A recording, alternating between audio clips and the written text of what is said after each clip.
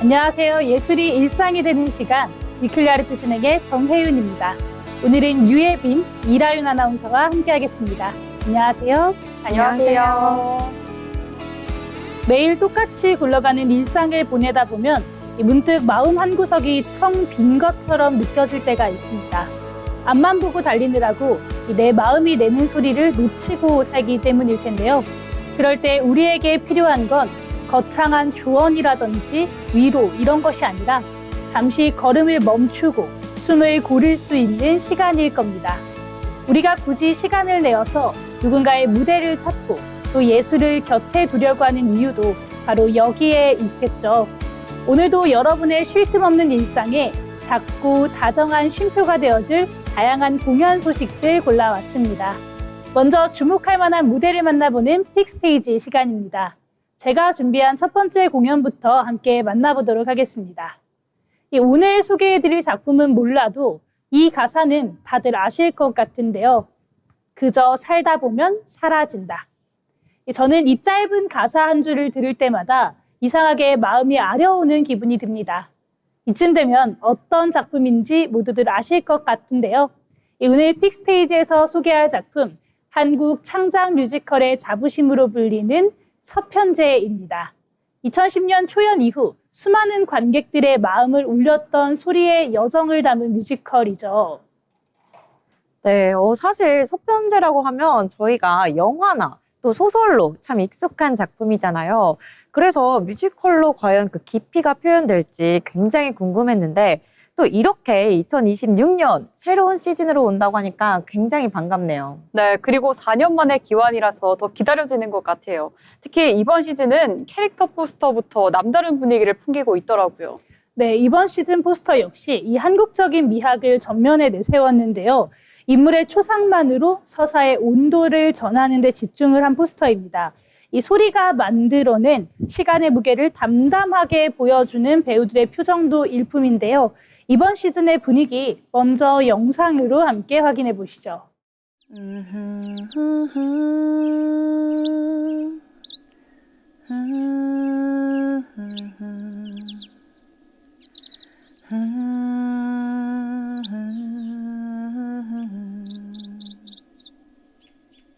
소리를 정하셨다고요.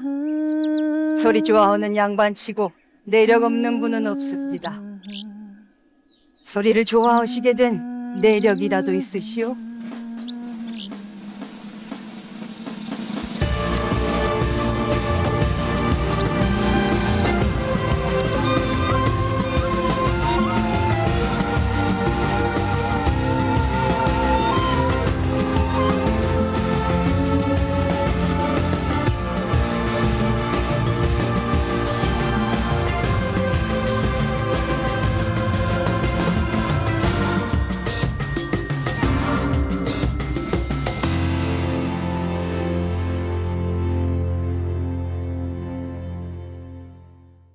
네, 영상에서 느껴지는 이 여백의 미가 굉장히 인상적입니다. 정통 판소리를 다루면서도 이 감각적인 연출이 눈에 보이는데 이번 시즌을 이끌어갈 배우들이 혹시 누구일까요? 네, 우선 이 역경을 딛고 이 소리의 경지에 이르는 송화 역에는 이자람, 차지연, 이봄소리, 시은이 캐스팅되었습니다. 여기에 시은 역할을 할 때는 노년의 송화 역으로 정은혜 배우가 따로 합류를 해서 인물의 인생을 더욱 입체적으로 그려낼 예정이라고 합니다. 이 또한 자신의 소리를 찾아 방황하다가 돌아오는 동호 역에는 김경수, 유현석, 김준수 배우가 맡았고요. 이 엄격한 소리의 기준을 고집하는 아버지 유봉 역에는 서범석, 박호산, 김태한 배우가 이름을 올렸습니다. 와, 진짜 베테랑 배우들부터 새로운 얼굴까지 해서 굉장히 스펙트럼이 넓은 것 같은데 또 서편제 하면 음악 이야기를 빼놓을 수 없잖아요. 과연 국악과 현대 음악이 어떻게 조화가 될까요? 네, 이 작품의 음악은 작곡가 윤일상이 맡았는데요. 이 판소리라는 정통 소재를 바탕으로 발라드, 락, 팝 같은 다양한 장르를 유기적으로 연결을 했다고 합니다. 특히나 송화가 부르는 살다 보면은 서정적인 멜로디와 위로의 가사로 대중들에게도 이미 큰 사랑을 받고 있는 히트 넘버이기도 한데요. 아마 많이들 알고 계실 것 같습니다. 이 실제 공연 영상으로 보면 그 감동이 더욱 크게 다가올 텐데요. 공연 프레스콜 실황 영상으로 그 감동을 조금이나마 느껴보도록 하겠습니다.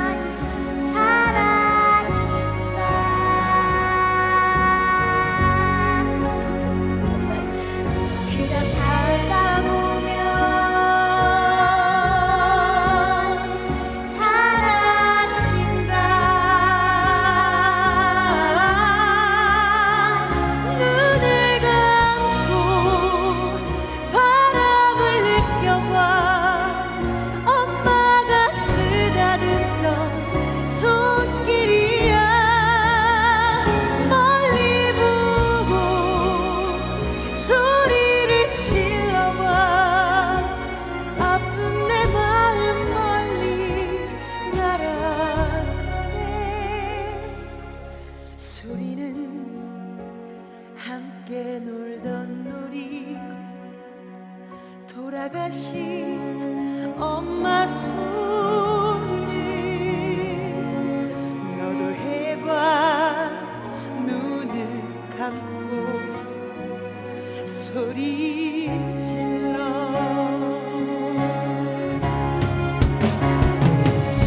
그저 살다 보면 살다 보면 사라진다.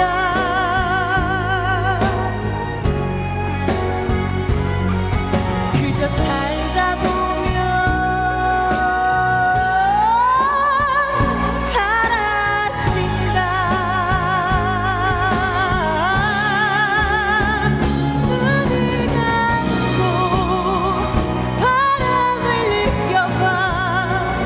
엄마가 쓰다듬던 손길이야. 멀리 보고 소리를 질러봐.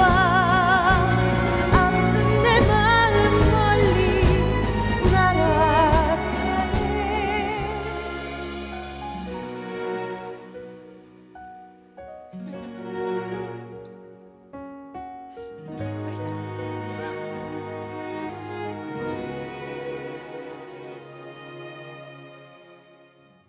네, 다시 들어도 진짜 마음을 울리는 곡인 것 같습니다. 네, 그런데 듣기로는 이 작품의 작곡가가 윤일상 작곡가라고 들었는데요.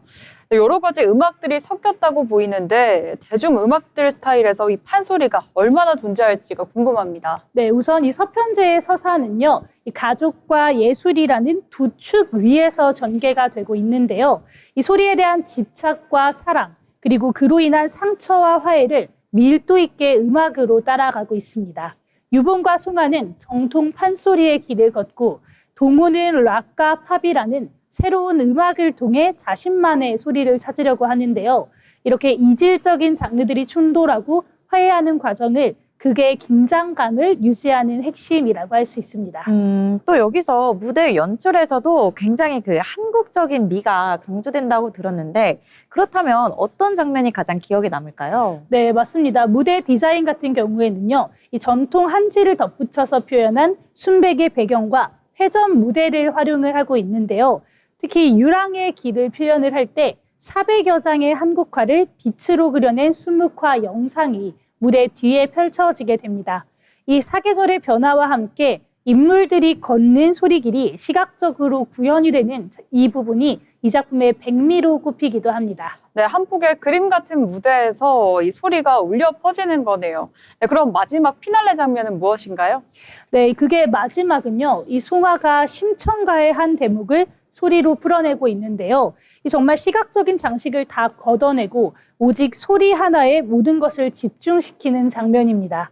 두 눈을 잃고 온갖 고통을 겪어낸 송아가 드디어 예술적인 경지에 이르는 순간인데요. 이 한국적인 정서인 한을 승화시켜서 무대에 올린 이 압도적인 클라이막스를 함께 감상해 보도록 하겠습니다. 겨우 일렀네요. 10여 세가 되었는디 이름은 정이 없고 교행이 출천하야 그 애가 밥을 빌어 그 한간도세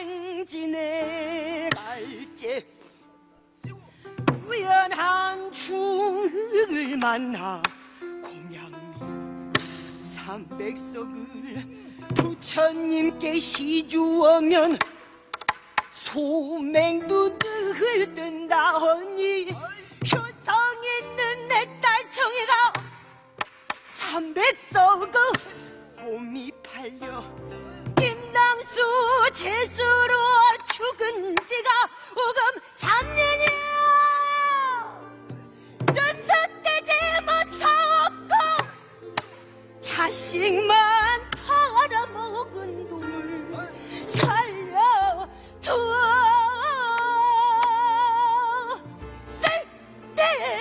쓸데있소 당장 목숨을 끊어줘. 신황 거둥바라 이 말이 치든 말을 산호주렴을 거들 쳐버리고 부친 앞으로 아이고 아버지 신봉사기 말 듣고 아버지라니 에휴, 누가 날 다려 아버지라고요. 나는 아들도 없고 딸도 없어. 무남동녀 외딸 하나 물에 빠져 죽은 지가 우금 3년인데 아버지라니 누구야. 아이고 아버지 여태 눈을 못 뜨셨소. 아버지 눈을 떠서 어서 나를 보옵소서. 임당수 풍랑중어 빠져 죽던 청이가 살아서 여기 왔소. 아버지 눈을 떠서 어서 소녀를 보옵소서. 네, 이 판소리 한 대목에 주는 이 감동이, 이 울림이 객석을 완전히 압도하는 것 같습니다. 서양식 뮤지컬 문법 안에서 우리 소리가 이렇게 주인공이 될 수 있다는 게 진짜 한국식 창작 뮤지컬로서 큰 성과인 것 같습니다. 네, 맞습니다. 사실 2010년에 초연될 당시에 해외 대형 라이센스 작품들 사이에서 이런 한국적인 소재를 내세운 것이 무모한 도전이다. 이런 평가도 분명히 있었는데요. 하지만 5개 시즌 동안 무려 21회라는 수상을 기록하면서 이제는 한국 뮤지컬의 자부심으로 자리 잡았습니다. 소리는 사라지지 않는다. 다만 다시 들을 준비를 하는 사람을 기다릴 뿐이다. 이 말처럼 서편제는 이제 시대를 관통하는 위로를 건네고 있습니다. 네, 이렇게 이야기를 들으니까 굉장히 기대가 되는데요. 그럼 이번 공연은 언제 볼 수 있을까요? 네, 뮤지컬 서편제는요. 4월 30일부터 7월 19일까지 광림아트센터 BBCH홀에서 공연이 됩니다. 이진아 연출, 윤일상 작곡가, 또 김문정 음악감독 같이 오랜 시간 동안 서편제에서 합을 맞춰왔던 최고의 제작진이 다시 뭉쳤다고 하고요. 1차 티켓 오픈은 3월 5일에 이미 진행이 되었고 계속해서 티켓 오픈을 통해 티켓 예매를 하실 수 있습니다. 네, 4년 만에 다시 울리는 우리 소리가 얼마나 큰 감동을 줄지 벌써 기대가 됩니다. 한국적인 정서가 세계로 뻗어나가는 지금 우리가 가장 먼저 마주해야 할 무대가 아닐까 싶습니다. 네, 맞습니다. 정말 이 소리꾼 가족의 여정을 통해서 예술이 품은 고통과 사랑, 그리고 화해의 순간을 이 서편제로 만나보시길 바랍니다. 2026년 봄, 여러분의 마음속에 쌓인 한을 씻어내줄 아주 특별한 시간이 될 것 같습니다. 오늘의 픽스테이지 뮤지컬 서편제 이야기 함께 해봤습니다. 이렇게 뮤지컬 공연을 함께 만나봤는데요. 다음 무용 공연도 함께 이야기해봐야겠죠. 예빈 아나운서, 오늘은 어떤 내용인가요? 네, 백조의 호수 하면 가장 먼저 떠오르는 이미지가 있죠. 순수한 사랑 이야기, 그리고 백조와 흑조의 대비. 이렇게 동화 같은 분위기를 가장 먼저 떠오르실 텐데요. 그런데 오늘 소개해드릴 작품은 이 익숙한 이미지를 완전히 뒤집어 놨습니다. 동화가 아닌 인간의 감정과 욕망을 그린 백조의 호수. 모나코 몬테카를로 발레단의 백조의 호수입니다. 이 백조의 호수 저희가 되게 잘 알고 있는 자주 본 작품이잖아요. 그런데 익숙한 작품일수록 더 비교가 될 것 같은데 어떤 점이 다를까요? 그렇죠. 이 작품은 관객이 이미 이야기를 알고 있다라는 전제하에 시작됩니다.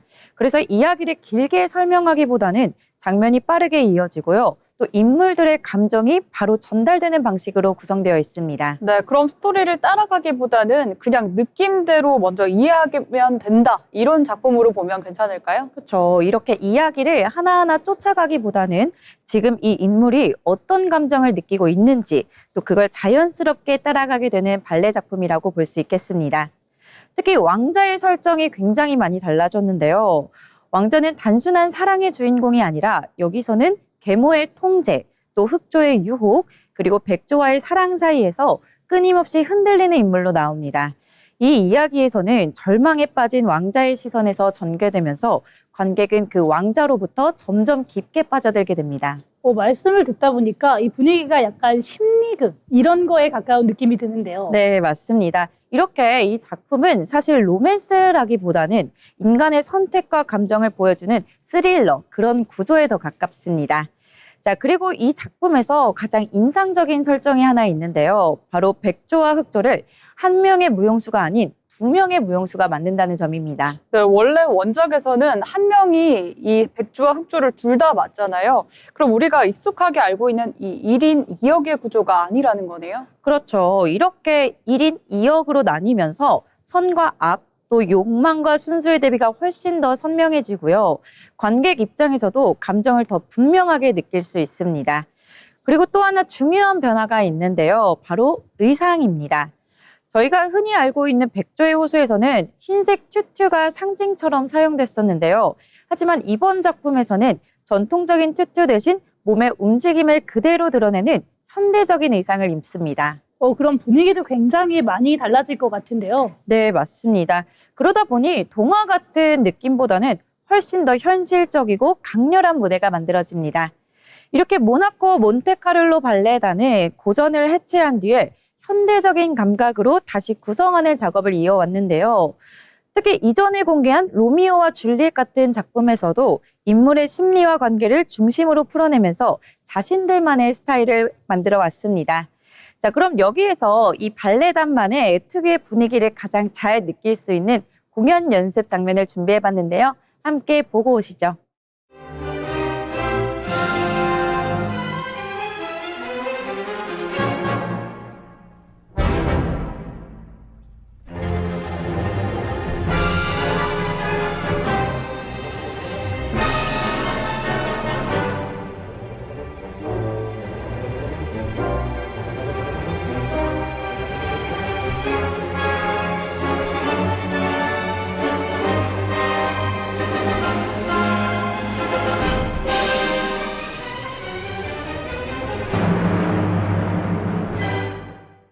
와, 역시 움직임이 굉장히 강하고 또 에너지가 확실하게 느껴집니다. 네, 그리고 고전적인 느낌보다는 훨씬 더 이 현대적인 느낌이 강하게 나타나는 것 같기도 해요. 그렇죠. 그러다 보니 이 발레단은 움직임 자체의 에너지가 굉장히 높은 게 특징입니다. 이번에는 백조의 호수처럼 오리지널 작품을 재해석한 로미오와 줄리엣 홍보 영상을 제가 준비해봤는데요. 함께 보고 오시죠.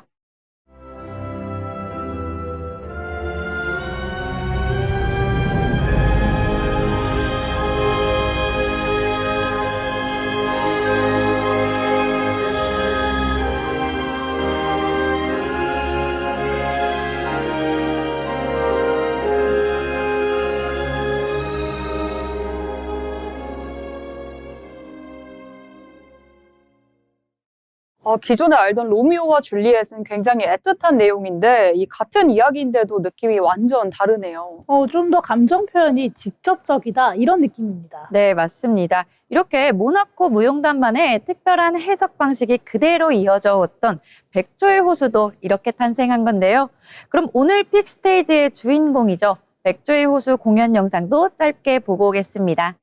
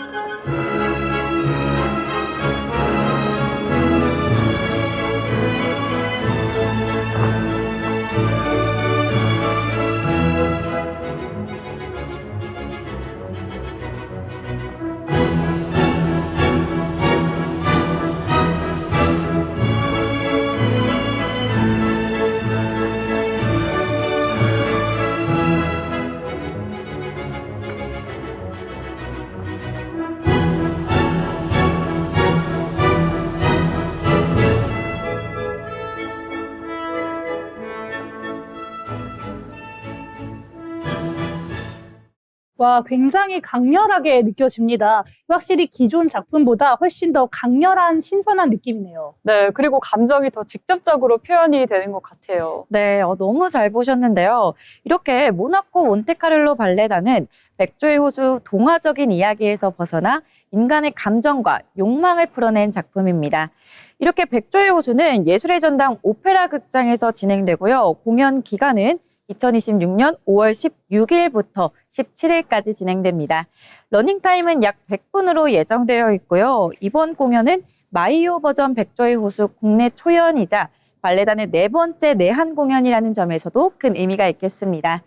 동화 속 이야기를 넘어 인간의 감정과 선택을 마주하는 무대, 조금 다른 백조의 호수를 경험해보고 싶다면 이번 공연도 함께 만나보셔도 좋을 것 같습니다. 지금까지 픽스테이지였습니다. 네, 이렇게 동화 속 아름다운 이야기로만 생각이 되던 백조의 호수인데 여기에 우리 내면의 이야기를 담아내니까 굉장히 색다르게 느껴지는 것 같습니다. 꼭 한번 가서 감상해 보시면 좋을 것 같습니다. 이어서 이번 주에 주목할 만한 책을 소개해드리는 위클리 북 시간인데요. 나윤 아나운서, 오늘은 어떤 책인가요? 네, 오늘은 여러분의 한 주를 가득 채워줄 책을 한 권 들고 왔는데요. 여러분 혹시 이런 경험 있으신가요? 처음엔 분명 이건 아닌 것 같다 이렇게 생각했는데 시간이 지나면서 점점 익숙해지고 결국에 그 안으로 들어가게 되는 순간. 예를 들어서요. 처음에는 이해되지 않았던 누군가의 선택이 어느 순간 나도 그럴 수 있겠다 이렇게 바뀌는 순간이요. 오늘은 소개해드릴 책, 바로 그 지점을 굉장히 섬뜩하게 보여주는 작품입니다. 바로 조혜은 작가의 입속 지느러미입니다. 입속 지느러미라니까 뭔가 이 해양 생물 같기도 하고요. 굉장히 제목부터가 특이한데요. 바다와 관련된 내용일까요? 맞습니다. 바로 바다와도 밀접한 관련이 있는데요. 이 작품은 어떻게 보면 환상적이면서도 공포적인 분위기가 묻어 있습니다. 먼저 등장인물부터 알려드릴게요. 자, 먼저 등장인물, 선영은 꿈 많은 청춘, 그리고 작곡가를 꿈꾸는 청년으로 등장합니다. 하지만 세상은 그에게 현실적으로 살라고 속삭였고 그는 결국 음악을 포기한 채 공무원 시험 준비라는 이름의 현실에 스스로를 가두게 됩니다. 외삼촌의 이 수족관을 물려받은 뒤에 물속 깊이 자신도 몰랐던 욕망을 들여다보게 되는 사건이 나옵니다. 꿈이 많던 청춘이 현실에 맞게 점점 꿈을 또 포기하고 준비해 나가는 그 과정에서 사건, 사고가 일어나나 보네요. 네, 맞습니다. 바로 이 인물을 만나고 나서부터인데요. 바로 피나라는 물속에 사는 인간과 닮아 있지만 분명 인간이 아닌 신화 속 인어 같은 생물 물고기의 꼬리를 지녔고 인간의 눈을 가졌으며 세상의 모든 노래를 흡수해버릴 듯한 목소리를 가졌습니다. 그녀는 말을 하지 않았지만 노래를 불렀는데요. 그 노래는 마치 사람의 마음을 뚫고 들어오는 소리였습니다. 네, 저희가 아는 인어와는 또 다른 느낌인 것 같은데 그렇다면 피니라는 인어와 주인공은 또 어떤 관계일까요? 네, 이 피나의 노래를 들으면서 그의 가슴이 다시 뛰기 시작했고 잃어버린 열정, 불완전한 꿈, 기억 저편에 있던 소리들이 다시 살아났습니다. 그는 생각하죠. 이 세상의 모든 노래를 이 한 사람의 목소리로만 듣고 싶다. 이 감이 사랑일까요? 아니면 중독일까요? 여기까지만 들어도 다음 장면이 굉장히 궁금해지는데요. 그냥 여기에서 뭔가 노래를 그냥 불러주지 않고 무언가를 번하는 게 있을 것 같은데요. 네, 혜윤 아나운서님께서 오늘 감이 아주 좋으십니다. 네, 이 피나의 노래에는 당연히 대가가 따랐는데요. 그녀는 세이렌, 유혹의 존재입니다. 사람을 잡아먹는다고 전해진 신화 속 생명체인데요. 피니의 곁에 머물수록 이 주인공은 점점 인간성을 잃어가게 됩니다. 욕망은 깊어지고 현실은 흐려지며 이 피나와 같이 있는 시간 동안은 인간관계도 단절되곤 하는데요. 이야기는 그렇게 현실과 환상의 경계가 사라진 채 어딘가 아득한 곳에서 끝이 납니다. 네, 그곳엔 여전히 물결이 출렁이고 그의 귓가엔 아직도 이 피나의 목소리가 맴돌고 있습니다. 사람을 잡아먹는 세이렌 인어요. 이렇게 또 이야기를 들으니까 뭔가 섬뜩한 동화 같기도 한데요. 특히 이제 더워지는 여름에 보면 참 좋을 것 같아요. 네, 여름에 적극 추천드리고요. 또 읽을수록 그 지하의 분위기가 상상이 가고 이 사람의 욕망에 대해서도 끊임없이 많은 생각이 드는 책인 것 같습니다. 네, 혜윤 아나운서와 예빈 아나운서에게 질문을 하나 드리겠습니다. 여러분에게 이런 욕망적인 존재, 뭔가 이 존재랑 같이 있으면 다른 무엇도 생각나지 않고 뭔가 단절된 것 같은 나만의 피나 같은 존재가 있으신가요? 저한테는 이게 아마 공연인 것 같아요. 제가 예술을 전공을 했다 보니까 예전에는 공연 무대에 섰던 사람인데 이제는 사실 공연을 하지 않고 있잖아요. 그렇다 보니까 공연을 관람을 하러 가면 정말 여기에 몰두를 해서 집중해서 보게 되더라고요. 오, 너무 멋있는 것 같아요. 네. 예빈 아나운서. 근데 저도 방금 굉장히 놀란 게 저도 속으로 이제 무용, 춤, 무대라고 생각을 했는데 역시 똑같은 답변이네요. 저도 이렇게 그동안 했던 무용이 어느 정도 현실과 타협이 됐지만 또 다시 한번 심장을 뛰게 만드는 그런 요소인 것 같습니다. 네, 공연과 무용이 두 분의 심장을 뛰게 만들었다고 합니다. 저는 이후에 만약에 아나운서 일을 그만두고 만약에 접고 돌아가게 된다면 지금 이렇게 카메라 앞에 서는 이 장면이 저에게 피나 같은 존재가 아닐까 생각이 듭니다. 네, 뿐만 아니라 여기 주인공, 이 삼촌처럼 살고 싶어 하지 않는 이 주인공도 결국에는 삼촌의 선택과 비슷하게 따라가게 됩니다. 우리는 항상 나는 저렇게 살지 않을 거야 라고 비슷하게 말하지만 그 상황에 놓이면 비슷한 선택을 하게 되는 경우가 많잖아요. 이 작품은 그걸 되게 차갑게 보여주는 느낌이었어요. 진짜 현실로 보면 사실 맞긴 한 것 같습니다. 특히 가족 안에서 그런 모습이 보이기도 하고 또 내가 주변 사람들을 봤을 때에도 나도 결국엔 저 선택을 하겠구나 하면서 자기 반성을 하는 경우가 굉장히 많잖아요. 네, 그래서 이 책이 저는 조금 더 무섭다라고 느껴졌는데요. 이게 판타지처럼 보이지만 사실은 너무 극한의 현실적인 부분도 많아서인데요. 네, 이 피나라는 존재만 다를 뿐이지 우리가 빠져드는 어떤 관계, 이 감정, 선택, 이 구조들은 굉장히 익숙하거든요. 처음에는 분명 낯설고 이해되지 않던 순간들이 어느 순간 익숙해지고 그리고 결국엔 나의 선택이 돼버리는 순간 우리는 그 경계를 생각보다 더 쉽게 넘고 있는지도 모릅니다. 오늘 소개해드린 이 입속 지느러미는 그 변화의 과정을 아주 조용하지만 깊게 보여주는 작품이었습니다. 혹시 지금 여러분이 끌리는 어떤 선택이 있다면 그게 정말 나의 의지인지 아니면 어떤 흐름 속에서 이어지는 것인지 한 번쯤 들여다보셔도 좋을 것 같습니다. 네, 여러분의 한 주를 책으로 채워드리는 시간, 지금까지 위클리북이었습니다. 네, 나는 절대 저렇게 안 살아야지 이렇게 다짐을 하면서도 어느새 비슷한 길을 걷고 있는 나를 발견할 때가 있습니다. 내 안에 깊은 곳에 숨어있는 진짜 마음을 한번 가만히 들여다보고 이렇게 한번 얘기를 해보고 싶은 작품, 입속 지느러미였습니다. 이어서 앞선 픽스테이지에서 만나본 인물들을 만나보는 픽피플 시간 함께 해보려고 하는데요. 먼저 제가 준비한 배우가 있습니다. 이 앞선 픽스테이지 코너에서 한국 창작 뮤지컬의 굳건한 자존심이었죠. 이 서편제를 함께 만나봤는데요. 송아가 쏟아내는 한 맺힌 소리가 참 가슴을 먹먹하게 만듭니다. 그런데 서편제 하면 가장 먼저 떠오르는 얼굴이 있습니다. 오늘의 픽피플, 무대 위를 압도하는 뮤지컬의 여제, 차지연 배우입니다. 네, 저 차지연 배우 진짜 좋아하는데 차지연 배우군요. 이 차지연 배우의 송아를 보면 연기를 하는 게 아니라 진짜 소리꾼 그 자체를 보는 것 같아요. 그럴 수밖에 없는 굉장히 깊은 뿌리가 있는데요. 이 차지연 배우는 사실 국악인이 될 뻔했다고 합니다. 외할아버지가 판소리 고법, 대전 무형문화재이신 박오용 명인이시고 이 외삼촌 역시 명고수로 알려져 있습니다. 이 본인도 어릴 적에 10년 가까이 할아버지를 따라다니면서 북을 치는 고수로 활동을 했다고 하는데요. 우리 가락의 한과 정서가 이미 뼛속 깊이 새겨져 있는 셈입니다. 역시 그래서 그토록 소리의 깊이가 남달랐다 이렇게 생각이 드네요. 그렇다면 이렇게 예술가 집안에서 태어나서 자연스럽게 뮤지컬까지 온 걸까요? 그렇지는 않습니다. 이 지금의 화려한 모습 뒤에는요, 굉장히 힘들고 길었던 시간이 있었습니다. 집안의 빚을 갚기 위해서 은행에 비정규직으로 취직해서 타자를 치고 카드를 만드는 일을 하면서 하루하루를 버텼다고 하는데요. 틈틈이 동네 노래자랑에 나가서 탄 상금으로 생활비를 보태기도 했고요. 또 서울 예대에 장학생으로 합격했지만 생활고로 중퇴를 해야만 했고 가수의 꿈을 키웠으나 소속사의 문제로 앨범 판매가 무산되는 이런 아픔까지 겪었다고 합니다. 네, 무대 위에서 뿜어내는 이 엄청난 에너지가 그저 타고난 재능은 아니었군요. 삶이 무거운 짐을 묵묵히 견뎌낸 이 시간들이 지금의 단단한 소리를 만든 건가요? 네, 맞습니다. 이 차지원 배우는 2006년 뮤지컬 라이온 킹의 라피키 역으로 데뷔를 했는데 이때도 합격 소식을 듣고 정말 대성통곡을 했다고 합니다. 이 첫 출연료를 가부를 받아서 빚을 갚았을 만큼 굉장히 절박한 상황이었다고 하는데요.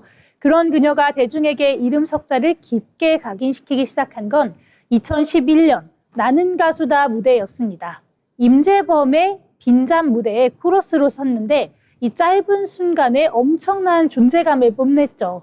이 폭발적인 고음도 훌륭하지만 조용한 곡에서 정말 그녀의 내공이 빛을 발하는데요. 차지원 배우가 부르는 임재범의 그대는 어디에 함께 듣고 오겠습니다. 나의 한숨 시간 속에 남아 나를 눈물 짓게 해 돌아온 그대 모습 그려보는 것만으로 너무나도 행복해진 나는 자꾸 눈물이 나는지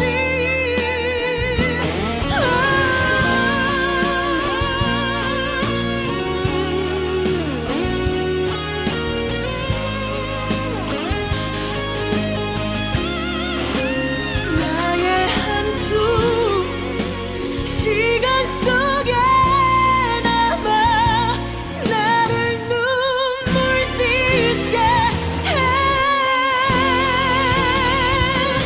돌아온 그대 모습 그려보는 것만으로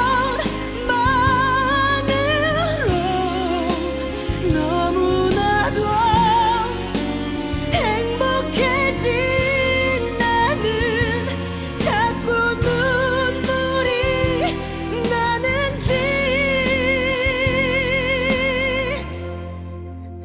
그댄 어디에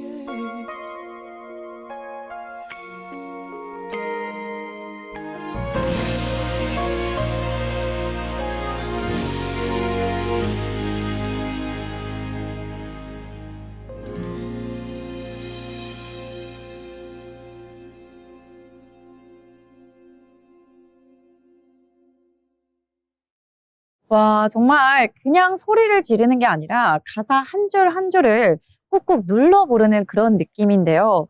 이렇게 노래를 듣는데 누군가의 삶을 가만히 위로해주는 것 같아서 마음이 참 따뜻해지네요. 네, 이렇게 섬세한 가정을 가졌는데 뮤지컬 무대에서는 또 완전히 다른 카리스마를 보여주잖아요. 젠더 프리 캐스팅으로 이 광화문 연가의 월화 그리고 아마데우스의 살리 엘리 같은 이 남성 배우까지 완벽하게 소화를 하는 걸 보면 정말 한계가 없는 배우인 것 같습니다. 네, 맞습니다. 이 정말 뮤지컬계에서 여배우로서 자신만의 길을 확실하게 개척해 나가고 있는 배우죠. 순식간에 극의 공기를 바꾸는 무대의 장악력은 물론이고요.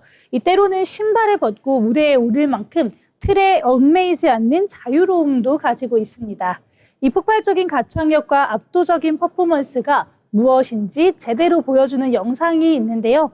뮤지컬 위키드의 디파인 그래비티 함께 만나보시죠.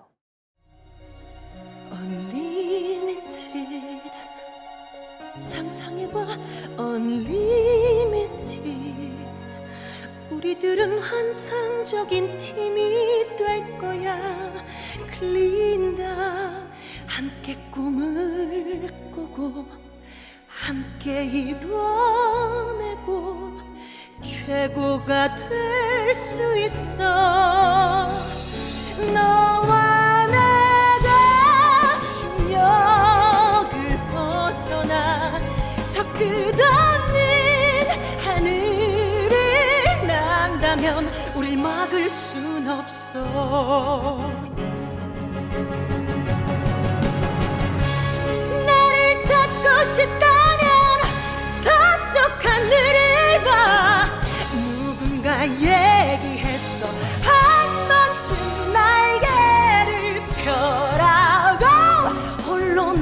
있지만 나는 자유로워. 이제는 너무 멀리 와버린 거야. 전해져라 모든 걸 떨쳐내고 저 끝없는 세상을 본다고 나는 꼭 돌아온다고. 이 옷의 그 누구도 어떤 마법사도 나를 끌어내릴 순 없어.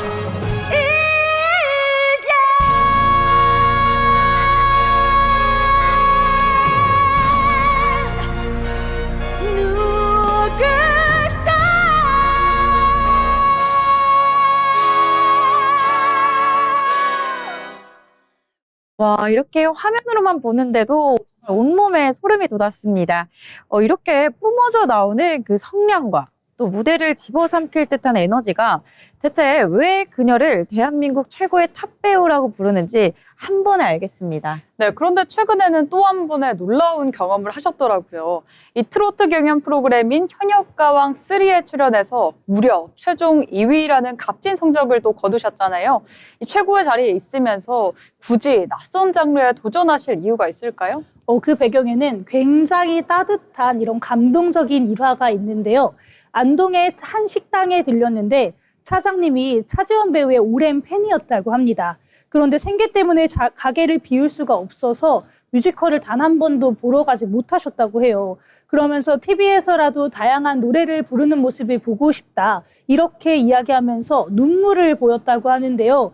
그때 이 간절한 마음에 차지원 배우가 주저없이 도전을 결정했다고 합니다. 네, 자신의 팬 한 명을 위해서 어떻게 보면 사실 낯설 수 있을 경연 무대에 올랐다는 건데 이렇게 타인의 아픔을 깊게 공감할 줄 아는 그런 따뜻한 사람인 것 같네요. 네, 맞습니다. 이 결승을 앞두고는요, 그 식당을 다시 찾아가서 사장님과 함께 부둥켜 안고 울었다고 하는데요. 그 진심이 통했는지 방송 이후에 연세가 지긋하신 어르신 팬들이 정말 많이 생겼다고 합니다. 이 서툰 맞춤법으로 남겨주시는 댓글을 하나하나 다 읽으면서 매일매일 더 겸손하게 살아야겠다고 다짐한다고 하는데요. 트로트 무대에서도 그녀만의 깊은 서사는 정말 빛이 납니다. 차지원 배우의 트로트 무대도 함께 만나보시죠. 19 시절은 황혼 속에 슬퍼지더라.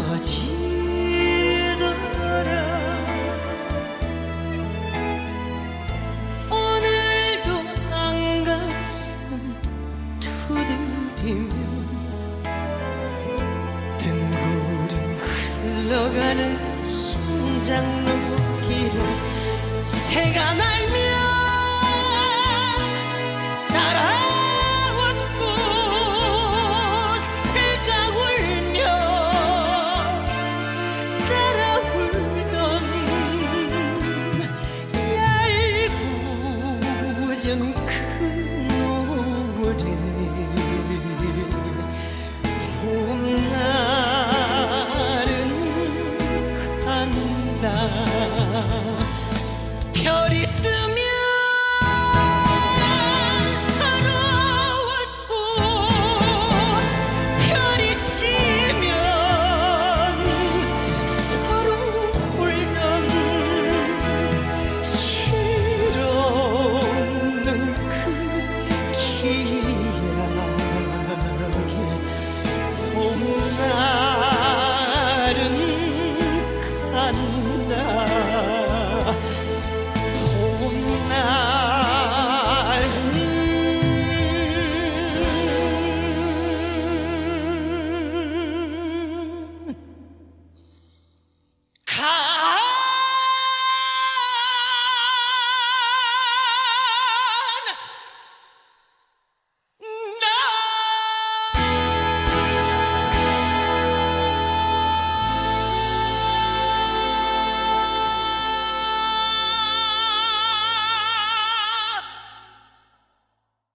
네, 서편제 송화가 2026년에 봄을 노래 부르는 것 같습니다. 네, 어떤 장르의 옷을 입어도 결국 사람의 마음을 어루만지는 이 차지연 배우만의 독보적인 장르가 완성되는 느낌입니다. 네, 맞습니다. 이 삶의 거센 파도를 온몸으로 맞으면서 그렇게 갈고 닦은 소리이기 때문에 그 울림이 더 깊고 따뜻한 것 같습니다. 차지연 배우는 이 4월 30일부터 광림아트센터에서 다시 한번 서편제의 송화로 무대에 오르고 있는데요. 이 포스터에 살다 보면 사라진다 라는 아주 짧고 단단한 문구를 남기셨더라고요.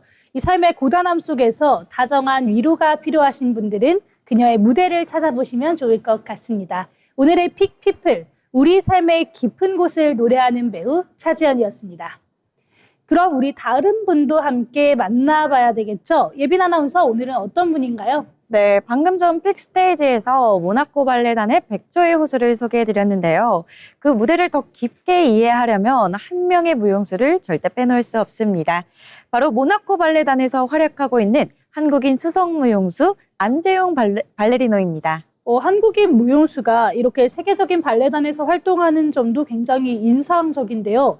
어떤 과정을 거쳐서 지금의 위치까지 오게 됐을까요? 네, 안재용 발레리노는 부산에서 태어났는데요. 선화예술고등학교와 한국예술종합학교에서 본격적으로 발레를 전공했습니다. 사실 시작이 조금 늦은 편이었는데요. 고등학교 1학년 때 영화 백야를 보고 처음으로 발레를 시작했다고 합니다. 네, 고등학교 때 시작이면 다른 발레리노보다는 조금 늦은 나이가 맞죠? 네, 맞죠. 근데 그럼에도 불구하고 또 빠르게 성장을 해서 국내 최고 수준의 교육기관에 진학을 했고요. 이후에도 본인이 관심을 가졌던 현대 발레의 신고전 발레 스타일을 더해서 모나코 발레단을 선택하게 됩니다. 자, 그럼 2016년 이후 이 발레단에 입단을 하고요. 또 불과 2년 만에 수석 무용수로 승격되면서 굉장히 빠른 속도의 성장을 보여줬습니다. 수석 무용수가 굉장히 오랜 시간이 걸리는 자리인 걸로 들었는데 굉장히 빠른 케이스인 것 같아요. 정말 대단한데요? 네, 맞습니다. 그만큼 이 발레단의 스타일에 굉장히 잘 맞는 무용수라고 볼 수 있겠는데요. 특히 안재용 발레리노는 마이오 작품에 대해서 이렇게 이야기를 한 적이 있습니다. 이 안무는 단순히 춤을 추는 게 아니라 파트너와 대화하는 것 같다. 즉 동작 하나하나가 감정을 전달하는 대화라는 의미입니다. 네, 발레는 말이 없는 공연이잖아요. 그런 움직임 자체가 대사가 되는 그런 느낌이겠네요. 네, 정확합니다. 그래서 이 무용수의 특징도 단순한 발레 기술을 넘어서 감정을 얼마나 설득하냐에 있는데요.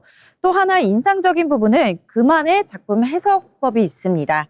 안재용 발레리노는 마이오의 백조의 호수에 대해서 왕자의 내면 갈등을 표현하는 과정이 굉장히 인상적이었다고 얘기를 했는데요. 단순한 선과 동작을 넘어서 인물의 감정을 쌓아 올리고 또 마지막에 폭발시키는 과정 자체를 하나의 큰 경험처럼 느꼈다고 말했습니다. 이런 배경 덕분에 안재용 발레리노의 움직임은 부드러운 선과 에너지가 함께 느껴지는 게 특징인데요. 물론 동작은 유연하게 이어지지만 그 안에 힘과 긴장감이 동시에 담겨 있어서 무대를 보는 몰입도가 굉장히 높은 편입니다. 자, 그럼 지금 말씀드린 안재용 발레리노의 춤을 직접 볼 수 있는 영상 하나를 준비해 봤는데요. 안재용의 움직임을 보시면 부드러움과 또 에너지가 어떻게 함께 나타나는지 느껴보실 수 있을 겁니다. 자, 그럼 함께 보고 오시죠.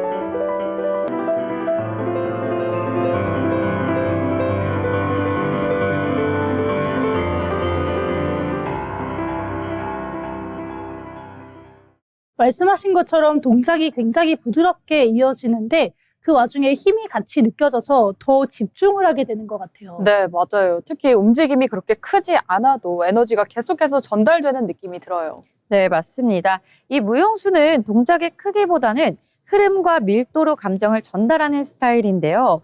또 인터뷰에서 그는 이렇게 말을 했습니다. 발레는 나에게 숨과 같다.